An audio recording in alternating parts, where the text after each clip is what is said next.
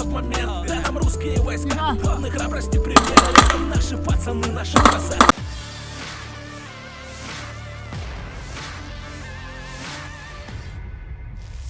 Pasukan intelijen Rusia menyerbu posisi angkatan bersenjata Ukraina di garis depan wilayah Svatovo.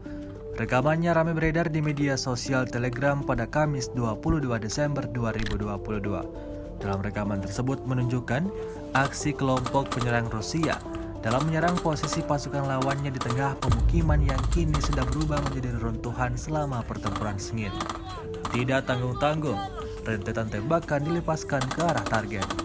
Hingga video ini beredar, belum ada konfirmasi resmi dari pihak Ukraina terkait jumlah korban dan kerugian yang didapatkan.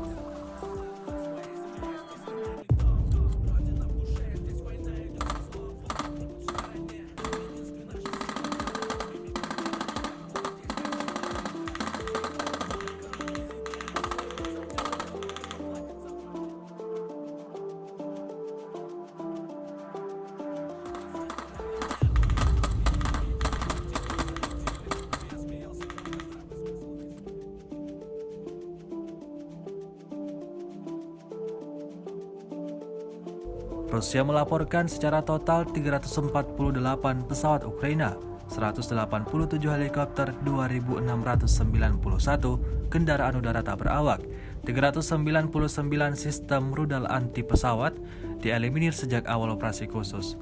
Sementara itu dari kubu Kiev, Kementerian Pertahanan Ukraina melaporkan 510 tentara Rusia dieliminir dalam 24 jam terakhir. Total 99.740 prajurit Rusia meninggal sejak awal konflik hingga hari ke-302.